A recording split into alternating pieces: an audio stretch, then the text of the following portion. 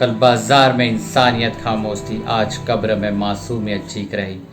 नमस्कार दोस्तों, मैं हूं अश्विन कल्याणकर। सबसे पहले तो आप सबको नवरात्रि की शुभकामनाएं। आज का ये मेरा वीडियो बनाने के पीछे एक बहुत बड़ा मकसद है और इसे पूरा करने के लिए या इसे कामयाब बनाने के लिए हमें आप सबका साथ चाहिए। जैसे कि हमारे देश में स्कूल्स में एक छोटा सा प्लेज लेते हैं, all Indians are my brothers and sisters, but practically हमारे देश में ऐसी घिनौनी हरकतें हो रही है जिसे सुनकर या देखकर हमारा खून खौलता है। और जस्टिस के लिए हम प्रोटेस्ट करते हैं या फिर हम लोग कैंडल मार्च पे निकलते हैं और प्रोटेस्ट के कई साल बाद हमें जस्टिस भी मिलता है, लेकिन फिर से ऐसी घिनौनी घटनाएं दोहराई जाती है। क्या कर सकते हैं हम ताकि ऐसी घिनौनी हरकतें फिर से दोबारा दोहराई ना जाए और हमारा देश एक रेप मुक्त भारत बन जाए? तो ऐसे बदलाव के लिए सबसे पहले तो हमारे देश का कानून जानना बहुत ज़रूरी है। तो आज हम बात करेंगे एडवोकेट पूजा दिलीप पाटिल से, जो कि बॉम्बे हाई कोर्ट में प्रैक्टिस करते हैं और जिन्होंने काफ़ी कम उम्र में बहुत कुछ हासिल भी कर लिया है। हाय पूजा, सबसे पहले तो आपका बहुत धन्यवाद हमें आपका कीमती समय देने के लिए। Thank you so much, Ashwin, for having me, first of all, and thanks for the generous introduction. I'm very glad to be a part of this conversation because ये जो topic है इसके बारे में priority basis पे बात करना बहुत ज़रूरी हो गया है और actions लेना भी बहुत ज़रूरी हो गया है। So once again, thank you for having me. जी हाँ पूजा। तो सबसे पहले तो पूजा हम लोग जानना चाहेंगे कि जैसे निर्भया केस हो गया, अस्पिया केस हो गया, फिर डॉक्टर प्रियंका रेड्डी हो गया, फिर अभी रिसेंटली हाथरस केस, और इसके अलावा भी ऐसे बहुत सारे रेप केसेस होते हैं। तो हमारा देश का कानून क्या कहता है, हम लोग वो जानना चाहेंगे। Right. So a very primary question. तो फर्स्ट ऑफ ऑल हमारे देश में तो इंडियन पीनल कोड मतलब भारतीय दंड विधान जिसे हम कहते हैं हिंदी में, उसके सेक्शन 375 में रेप का डेफिनेशन दिया गया है और इसकी जो पनिशमेंट है that is given under section 376, which says that a person who commits rape, उसे minimum 7 years और maximum life imprisonment की punishment हो सकती है। लेकिन जो आपने लैंडमार्क केसेस अभी बताए मुझे, निर्भया केस हो, सीफा केस हो 2013 and 2018, government has made some amendments, तो इसमें काफी इंग्रेडिएंट्स अभी ऐड किए गए हैं 375 में, और 376 की जो पनिशमेंट है उसे कुछ सर्कमस्टेंसेस में 20 इयर्स तक की भी हो सकती है। So these are the basic laws that talk about sexual offenses and rape in India. जी हाँ, जैसे कि आपने सेक्शंस के बारे में बताया, आई डोंट थिंक हमें सबको ये पता होगा, लेकिन जब बात आती है गैंग रेप की, छोटे छोटे बच्चों पे रेप हो रहे हैं, तो ये सब देख के हमारा खून खौलता है और जस्टिस के लिए बहुत डिले भी होता है, जैसे सालों लग जाते हैं ये करने के लिए। और हम जब भी ऐसी बात आती है तो हम लोग कंपेयर करते हैं बाकी दूसरे देशों से, जैसे अरब कंट्रीज हो गए या फॉरेन कंट्रीज हो गए, यूएस। तो ऐसा लॉ हम हमारे देश में क्यों नहीं पास कर सकते? जी, since I am an advocate, मुझे ये सवाल कई बार कई लोगों ने पूछा है। तो जो जिन कंट्रीज के बारे में अभी आपने बात की है, सऊदी अरेबिया हो, और अरब कंट्रीज और यूएस और any other countries that we are talking about, तो उनका जो लीगल सिस्टम है that is based on a particular theory which is retributive and deterrent theory, मतलब eye for an eye theory. आपको मैं एक सिंपल एग्जांपल देना चाहूंगी। अगर एक पर्सन ए है जिसने एक पर्सन बी का सिर फोड़ा है, तो ऐसे करने वाले व्यक्ति का भी सिर फोड़ा जाता है, मतलब आप जैसा करोगे आप वैसा भोगोगे, ऐसा उनका सिस्टम का बेसिस है। तो वहाँ पे जो है आप वीडियोस देखते हैं, I will tell you little about the punishment for such serious offences like rape. तो वहाँ पे जो है उनके पास एक फायरिंग स्क्वाड होता है, तो अगर कोई व्यक्ति रेप कमिट करता है तो तुरंत उसे वो फायरिंग स्क्वाड आके शूट कर देता है भरे मार्केट में, या फिर बिहेड किया जाता है, या फिर हैंग किया जाता है, या फिर स्टोन पेल्टिंग भी होती है, मतलब मार्केट में वो उस व्यक्ति को खड़ा करके पब्लिक को बोला जाता है इसके ऊपर पत्थर मारना until the person dies. So these are the types of punishments that are used in those countries. But अगर हम इंडिया की बात करें तो in India we follow a different system. Our system is based on reformative theory, मतलब सुधारना धारक हमारा अप्रोच है, and we also give a lot of importance to human rights in India. जो सिस्टम है हमारा एक और प्रिंसिपल फॉलो करता है जिसे हम कहते हैं the principle of natural justice, मतलब किसी भी व्यक्ति को जो भी ऑफेंस कमिट करता है या अक्यूज्ड हो, तो उसे एक मौका दिया जाता है अपने आप को प्रूव करने का, अपने आप की साइड दर्शाने का। तो ये इसलिए होता है Ashwin, because sometimes you will see there are false cases, malicious cases, revengeful cases against innocent person.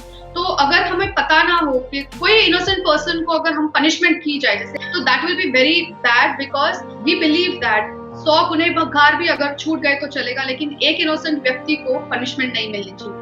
So that is why in India we cannot follow deterrent or retributive theory. But अगर rape and sexual offences which are very serious crimes, अगर उसकी बात की जाए तो there are methods to improve. There are changes that can be made so that such crimes can be reduced, or we can at least expect a little change in the scenario of such crimes. जी हाँ, तो जैसा पूजा आपने जो theories के बारे में बताया कि बाकी देशों में ऐसा होता है और हमारे देश में ये थेरी है, लेकिन कुछ कुछ बातों में सहमत हूँ। जैसे आपने कहा कि 100 गुनहगारों छोड़ दिया चलता है, लेकिन एक बेगुनाह को सजा नहीं मिलनी चाहिए। ठीक है, मैं सहमत हूँ उस चीज़ों के लिए, लेकिन जितना हम लोग बात करते हैं जस्टिस मिलने के बारे में, बहुत समय निकल जाता है, सालों हो जाते हैं, और जब चलो माना कि सजा भी मिलती है, लेकिन फिर वापस ऐसा दोहराया जाता है। ऐसा ये डर नहीं है लोगों में। अगर कोई रेप के बारे में भी सोचे या बात भी करे तो वो डर सबके मनों में या दिलों में होना चाहिए। तो ऐसा कुछ कर सकते हैं क्या? इम्प्रूव हो सकता है हमारा लॉ? जी Ashwin, because rape and sexual offences are very serious. We all know कि India is a large country, तो obviously population भी यहाँ का बहुत ज़्यादा है, और ऑब्वियसली लिटिगेशन भी बहुत ज्यादा होता है। उसकी वजह से आपको बताना चाहूंगी कि not just rape and criminal offences और criminal litigation, but civil litigation भी बहुत पेंडिंग है हमारे कंट्री में। तो उसके कई रीजंस हैं, उनमें से एक ये रीजन है कि हमारे पास सफिशिएंट इंफ्रास्ट्रक्चर नहीं है, इतने कोर्ट्स नहीं है कि वो इतने सारे केसेस डील कर सकते। तो उसके वजह से बहुत पेंडेंसी रहती है कभी कभी कोर्ट्स में, and that is why delay होता है प्रोसीजर में और जस्टिस मिलने में। So therefore what we can do is for serious offenses like rape and sexual offenses, the government can make a separate authority or a separate court or a separate wing that will only focus on or take care of these sexual offenses and serious crimes like rapes. So इसकी वजह से हमें justice जल्दी मिल सकता है, क्योंकि जो बाकी का burden है वो सब distribute हो जाएगा, and there will be a particular authority that will only look after these types of cases, और पूरी प्रोसीजर फॉलो करके कंक्लूजन पे हम जल्दी आ सकते हैं। Whether the person is guilty और not, that can be prove very quickly, and इसके वजह से हम स्पीडी जस्टिस एक्सपेक्ट कर सकते हैं। और आपने जैसे कि मेंशन किया है कि लोगों में डर नहीं है, तो अश्विन एक चीज है कि if this particular authority is appointed only for this purpose, तो ऑफेंडर को ये लग सकता है कि अगर हमने ऐसा क्राइम कमिट किया तो हमें तुरंत और जल्दी से जल्दी पनिशमेंट हो सकती है। Therefore, we can expect that there can be a change in the number of offences that are committed. So I think that is one solution for this. And secondly, apart from that, I think हमारा जो procedural law है, that is CRPC, मतलब the Criminal Procedure Code and Evidence Act, उसके कई sections है. If we amend those sections, definitely cut down some procedures and get speedy justice. So these are some of the changes that government can do and make amendments so that we get speedy justice. वैसे आपने जो भी अभी तक के जितने भी सुझाव दिए हैं, इसी चलते हमने एक छोटा सा पिटीशन बनाया जो कि हमारे वीडियो के नीचे डिस्क्रिप्शन है। तो ये जो स्पीडी जस्टिस की बात जो हम कर रहे थे अब तक, तो ये मैसेज जितना हो सके वो स्प्रेड हो और उतना ये पिटीशन साइन होगा। उसी चलते ये गवर्नमेंट पे एक दबाव आएगा कि एक बदलाव के लिए। तो अब बस हो गया, मोमबत्ती जलाने का वक्त निकल गया। अब उठाओ अपना शस्त्र, उठाओ अपना हथियार। इस लड़ाई में हमें तलवार की नहीं, बस आपके फोन की जरूरत है, बस ये पिटीशन साइन करने के लिए। तो चलो मिलकर इन हैवानों को मिटाए, चलो मिलकर हमारे देश को, नारियों को सुरक्षित बनाए। तो जैसे ये नवरात्रि का समय है, तो तभी सफल होगी नवरात्रि जब देश की लड़कियां सुरक्षित होगी हर रात्रि।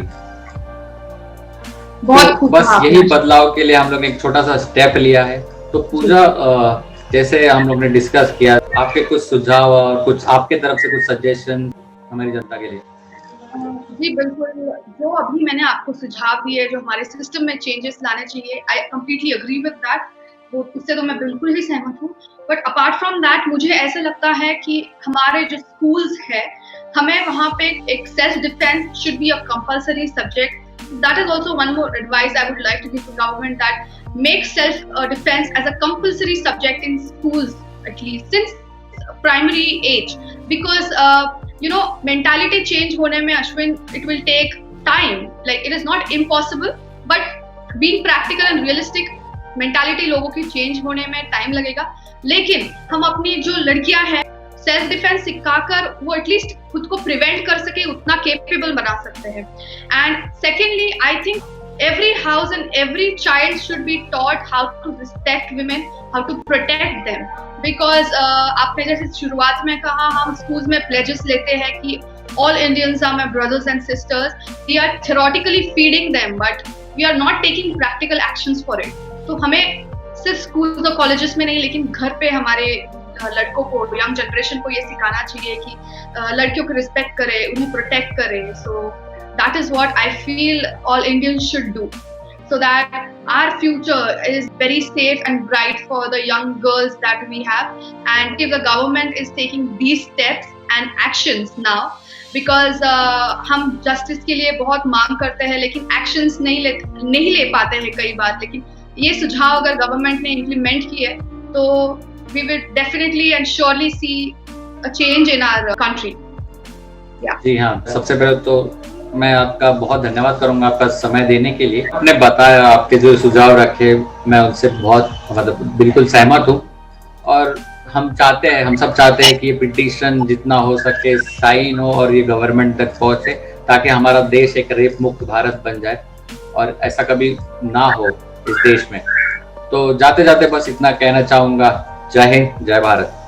जय हिंद, जय भारत.